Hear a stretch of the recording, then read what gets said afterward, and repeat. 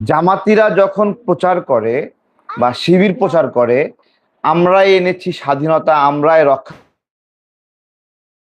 যুদ্ধের পক্ষের যে মানুষগুলো আছে, মুক্তিযোদ্ধা পরিবার, শহীদ পরিবার, তাদের মনের অবস্থা কি হয়?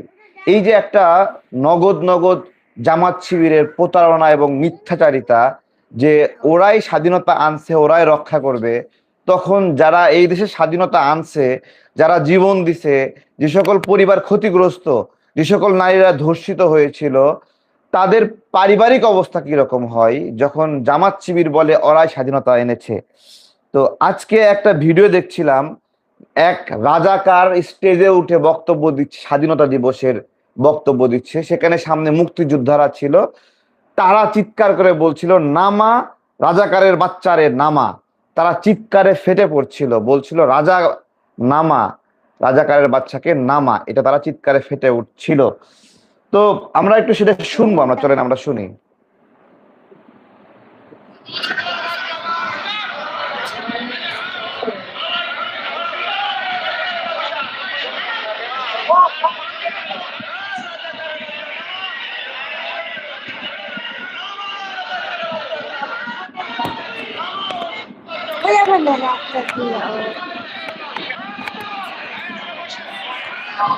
আমাদের আমাদের বয়োজ্যেষ্ঠ মুক্তিযোদ্ধা রাজুরা তারা এই প্রতিক্রিয়া জানাচ্ছে রাজাকারকে, যে রাজাকারের বাচ্চাকে নামা তাড়াতাড়ি।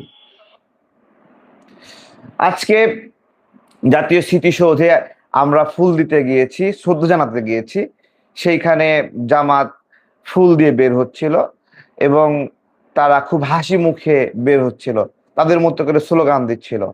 তো বাংলাদেশের নাগরিক হিসেবে মুক্তিযোদ্ধাদের সম্মান করি, আমাদের শহীদদের সম্মান করি, সেই জায়গা থেকে তাদের এই হাসি মুখ মেনে নেওয়া আমার পক্ষে সম্ভব ছিল না।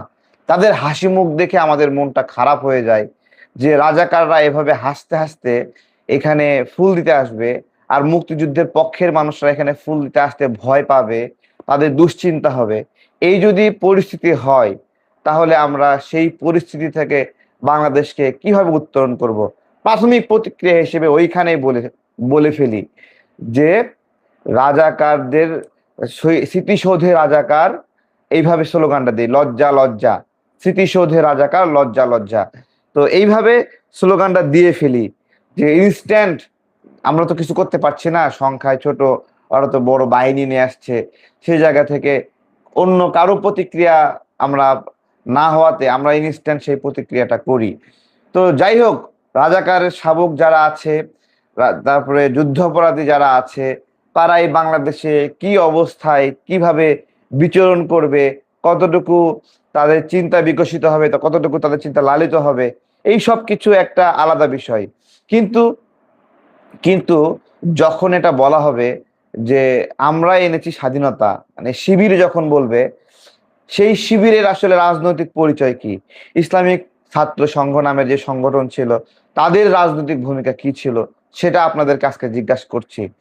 ইসলামী ছাত্র সংঘের এর এর দায়িত্বশীল মতিউর রহমান নিজামী বলেছিল যে তথাকথিত মুক্তিযোদ্ধা বাহিনী যেখানে, আল বদর বাহিনী সেখানে, এবং ইসলামের আলোকে প্রজ্বলিত করতে আল বদর বাহিনী তারা গঠন করলো। আল বদর বাহিনীকে দিয়ে তারা মুক্তিযোদ্ধাদেরকে প্রতিহত করবে, যেখানে মুক্তিযোদ্ধা সেখানে তারা আল বদর বাহিনী গঠন করবে। এবং এই ইসলামী ছাত্র সংঘ যারা, তারা আল বদর বাহিনীর সংখ্যা কত দিল? 313। 313 কেন? বদর যুদ্ধে, মহান বদর যুদ্ধে আমাদের সাহাবীদের সংখ্যাও ছিল 313 জন, এই নিয়ে তারা বিজয় অর্জন করেছিল। সেই নামে নামকরণ করে 313 জনের সমন্বয়ে দেশের বিরুদ্ধে, পাক বাহিনীর পক্ষে, খুনিদের পক্ষে, ঘাতকদের পক্ষে, ধর্ষকদের পক্ষে তারা মাঠে নেমে পড়লো বাংলাদেশের বিরুদ্ধে। তো এইটা এইটা হলো ইসলামিক ছাত্র সংঘ অথবা বর্তমান শিবিরের একটা পরিচয়। সেই শয়তান, সেই বদমাস, সেই নিমক হারাম রাজাকারের শাবক, তারা আজকে বলছে তারাই নাকি স্বাধীনতা আসছে। তো এইগুলো আমাদের মুক্তিযোদ্ধাদের মনের অবস্থা কি রকম হয়? আমি কয়েকটা সুস্পষ্ট ঘটনা ব্যাখ্যা করার মধ্য দিয়ে আজকে আপনাদের জিজ্ঞাসাগুলো শোধ করব, আপনারা যা জিজ্ঞাসা করবেন জিজ্ঞাসাগুলো উত্তর দিব, আপনারা আপনাদের মতো করে কথা বলবেন।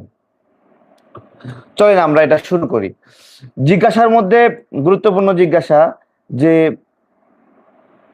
চট্টগ্রাম বিশ্ববিদ্যালয়ের একজন শিক্ষক তিনি খুব জোর গলায় বললেন প্রভিসি সম্ভবত, এবং এই প্রভিসি জামাতের প্রভিসি তার মেয়েকে নিয়ম ভাঙ্গা প্রতারণা করে জুলুম করে বিশ্ববিদ্যালয়ে নিয়োগ দেওয়ার সঙ্গে সে জড়িত।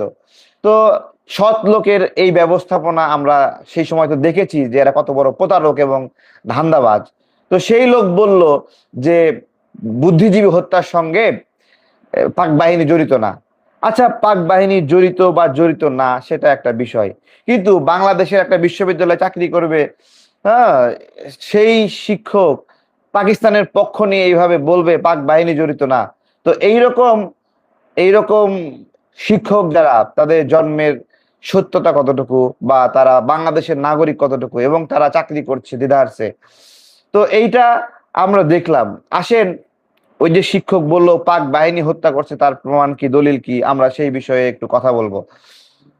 1971 সালের 10 ডিসেম্বর আল বদর বাহিনী একটা তালিকা প্রকাশ করে। এই তালিকাতে বাংলাদেশের প্রায় হাজার খানিক বুদ্ধিজীবীর নাম থাকে। সেই বুদ্ধিজীবীদের 500-র মতো চিকিৎসক আছে, শিক্ষক আছে, ডাক্তার আছে, চিকিৎসকের কথাই তো বললাম, ইঞ্জিনিয়ার আছে, সমাজসেবী আছে, মানবাধিকার কর্মী আছে, সাংবাদিক আছে। তো পাক বাহিনী আল বদর বাহিনীর লিস্ট ধরে ধরে তাদেরকে তুলে নিয়ে আসা শুরু করলেন এবং তাদেরকে হত্যা শুরু করলেন। গোলাম আজম তার একটা বক্তব্যে ভাবে লিখেছেন, এইভাবে বলেছেন যে আল বদর যে তালিকা করেছিল সেই তালিকা মুজাহিদ করেছিল। মুজাহিদ, এই যে যাকে শহীদ বলল, রাজাকাররা সংসদে গিয়ে শহীদ বলল, বলল যে মুজাহিদ এই তালিকা করেছে। খুব ভালো, মুজাহিদ তালিকা করেছে, আমরা বুঝলাম। তো সেই তালিকাতে তিনি কয়েকজন তার কাছে অনুরোধ করায় তিনি কয়েকজনের নাম বাদ দিয়েছেন। আমার প্রশ্ন হলো, তাহলে গোলাম আজমকে যে আল বদরের করা তালিকা থেকে সে নাম সংশোধন করতে পারে, নাম কম বেশি করতে পারে, তো এখান থেকে একটা জিনিস প্রমাণিত হয় যে পাক বাহিনী হত্যা করছে কি করছে না, তার চেয়ে গুরুত্বপূর্ণ আল বদর আল বদর নামে যে বাহিনী এই ইসলামিক ছাত্র সংগঠন জামাতের ছাত্র শাখা তৈরি করলো, তারা এই হত্যাকাণ্ডে একটা জড়িত। এবার আসেন, রাও ফরমান আলী ওই সময় এই ঘটনা নেতৃত্ব দিচ্ছিলেন।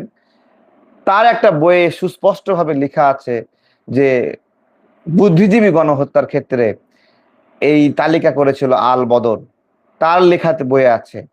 এবং এবং ওই সময় নিয়াজি এবং রাও ফরমান আলী পরস্পরের বক্তব্যে পরস্পরকে দোষী করছে যে তারা এই 14 ডিসেম্বর গণহত্যার সঙ্গে জড়িত। তো এইটা একটা বিষয় গেল, আমি খুব সুস্পষ্ট করে বললাম যে এটা পাক বাহিনী করছে, কিন্তু আরো একটা দলিল এখানে সংযুক্ত করার দরকার রয়েছে। দেখুন দেখুন পাক বাহিনী হত্যা করেনি, তাহলে অভিযোগ কি? ভারতীয় বাহিনী হত্যা করতে পারে, তাই তো? দেখুন, ভারতের সাথে আমাদের বিদ্বেষ আছে, ভারতের পণ্য বয়কট আন্দোলন করেছি, ভারত হটাও আন্দোলন করেছি, কিন্তু 1971 সালে বাংলাদেশ যখন স্বাধীনতার চরম আকাঙ্ক্ষা নিয়ে এদেশের ছাত্র জনতা, কৃষক, দিনমজুর লড়াই করছিল, তখন রাষ্ট্র হিসেবে ভারত তার সক্ষমতা দিয়ে বাংলাদেশের পাশে দাঁড়িয়েছিল। ভারতের স্বার্থ আছে, স্বার্থ থাকবে, খুবই স্বাভাবিক, খুবই স্বাভাবিক। একটা দেশ আরেকটা দেশের সঙ্গে যুদ্ধ করার সময় পার্শ্ববর্তী দেশগুলো বিভিন্ন পক্ষ অবলম্বন করে তাদের স্বার্থকে কেন্দ্র করে, এটাই স্বাভাবিক। তো সেই জায়গা থেকে এই ব্যাখ্যাটা আজকে, এই যে পাক বাহিনী যেই হত্যা করেছিল আমাদের বুদ্ধিজীবীদের, এই যে নিজামি, মুজাহিদ, এই গোলাম আজমরাই যে আমাদের বুদ্ধিজীবীদের হত্যা করেছিল, তার প্রমাণ এখানে পরিষ্কার হবে। ঢাকাতে প্রথম ভারতীয় বাহিনী ঢোকে 15 ডিসেম্বরে, এবং 15 ডিসেম্বরে ঢোকার পরে তারা আত্মসমর্পণের আহ্বান জানায় পাক বাহিনীকে, এবং 15 ডিসেম্বর বিকেলবেলা পাক বাহিনী ভারতীয় বাহিনীর সাথে ঢাকার একবারে প্রান্তিক পর্যায়ে একটা জায়গায়, সেখানে ঢাকার বাহিরের দিকে, সেখানে প্রথম দেখা করে। 15 ডিসেম্বরের কথা বলছি, এবং 16 ডিসেম্বরে তো আত্মসমর্পণ হলোই। তাহলে ভারতীয় বাহিনী যদি ঢাকায় 15 ডিসেম্বর ঢোকে, বা 15 ডিসেম্বর তারা প্রথম অ্যাটেম্প্ট নেয়, তাহলে 10 ডিসেম্বর থেকে 14 ডিসেম্বরে ভারতীয় বাহিনী অথবা মুক্তি বাহিনী এখানে কি হবে। এবং 10 ডিসেম্বর থেকে 14 ডিসেম্বর পর্যন্ত এই ঢাকাতে মুক্তি বাহিনীর কোনো নিয়ন্ত্রণ ছিল না। এই পুরা নিয়ন্ত্রণটা কয়েকটা কারণে পাক বাহিনীর হাতে ছিল। এক নাম্বার হলো সারা দেশ থেকে ওরা তাদের বিভিন্ন ইউনিটগুলোকে গুটায়ে গুটায়ে ঢাকায় নিয়ে আসছিল, ফলে ঢাকায় ওরা আরো শক্তিশালী হচ্ছিল। এবং ওদের আরেকটা কৌশল ছিল যে ঢাকা যেহেতু সেন্টার, ঢাকাকে নিয়ন্ত্রণে রাখতে পারলে সারা দেশে যা হয় হোক, তারা ওই পলিসিতে গ্রহণ করেছে। কিন্তু যখন দেখেন ভারতীয় বাহিনীর হস্তক্ষেপ এখানে কেন প্রয়োজন ছিল, দেখেন ঢাকাকে যখন তারা শক্তিশালী ইউনিট করে ফেললো, সেই সময়টাতে ভারতীয় বাহিনীর প্রয়োজনীয়তা অনস্বীকার্য ছিল। সেই সময় যে আকাশপথে যে আক্রমণগুলো ছিল ঢাকার ভিতরে পাক বাহিনীর উপরে, সেখান থেকে কিন্তু পাক বাহিনী ভয় পেয়ে যায় যে এখন তারা কোথায় যাবে। তাদের খাদ্য বন্ধ হয়ে গেছে, রসদ বন্ধ হয়ে গেছে। এবং আমেরিকা আমেরিকার পাঠানো সপ্তম নৌবহর তো জায়গায় ফেইলুর, তারা বাংলাদেশ পর্যন্ত অ্যাক্সেস করতে পারে নাই। যার ফলে পাক বাহিনী আরো হতাশ হয়ে পড়ে। এই সামগ্রিক বিবেচনায় 16 ডিসেম্বরের আত্মসমর্পণের সেই ঘটনাটা ঘরে হাঁটু গেড়ে আত্মসমর্পণ করেছিল।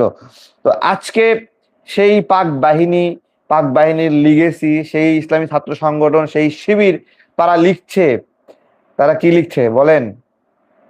তারা লিখছে আমরা এনেছি স্বাধীনতা, আমরাই রক্ষা করব। এখন বাংলাদেশে যে সকল সূর্য সন্তানরা স্বাধীনতা আনলো, তারা যখন এই লেখাটা পড়ে যে স্বাধীনতা যারা হরণ করতে চেয়েছে তারা লিখছে তারা স্বাধীনতা আনছে, স্বাধীনতা যারা হরণ করতে চেয়েছে তারা লিখছে তারা হলো স্বাধীনতা রক্ষা করবে, তাহলে তাহলে তাদের কি করার আছে? তারা কতটুকু অসহায় আপনাদেরকে জিজ্ঞাসা করছি। আমি ছোট্ট একটা কাজ করে আপনাদের সঙ্গে আবার আমি লাইভে ফিরে আসছি, একটা সেকেন্ড দাঁড়ান। আমি আছি আপনাদের সাথে ইনশাল্লাহ। হুম, পেয়েছি।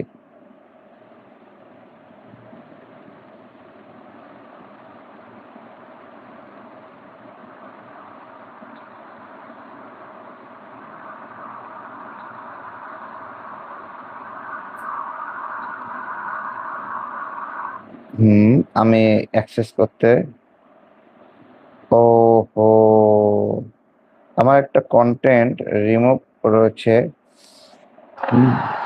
ও,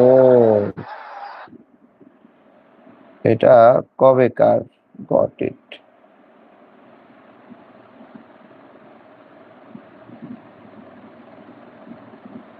বুঝতে পেরেছি।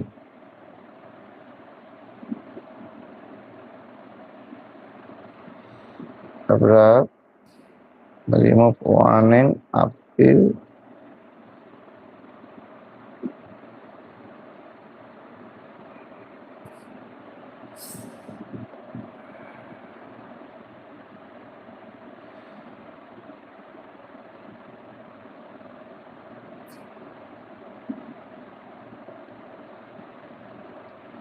অনেকেই যুক্ত হচ্ছেন, অনেকেই যুক্ত আছেন। আমরা আরো কিছু বিষয়ে কথা বলবো, চলেন। সেই পর্যন্ত একটু সহযোগিতা করেন। আমার হলো ভায়োলেশন দিছে একটা বিষয়ে।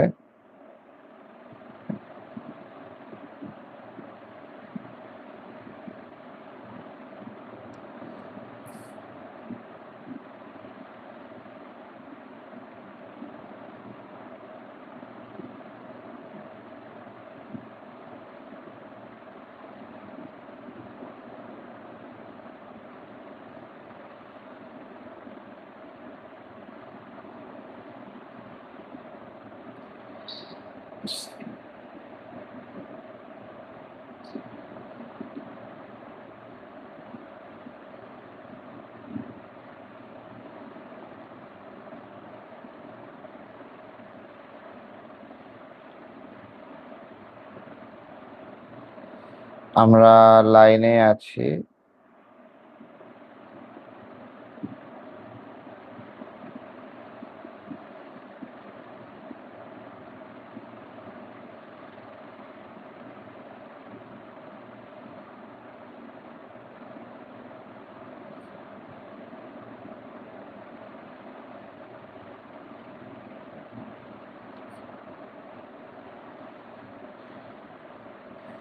ওকে, আমার এটাতে ভায়োলেশন দিয়েছে।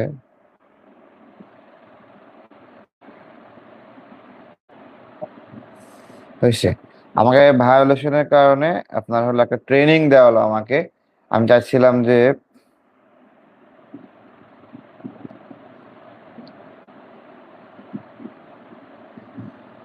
আচ্ছা,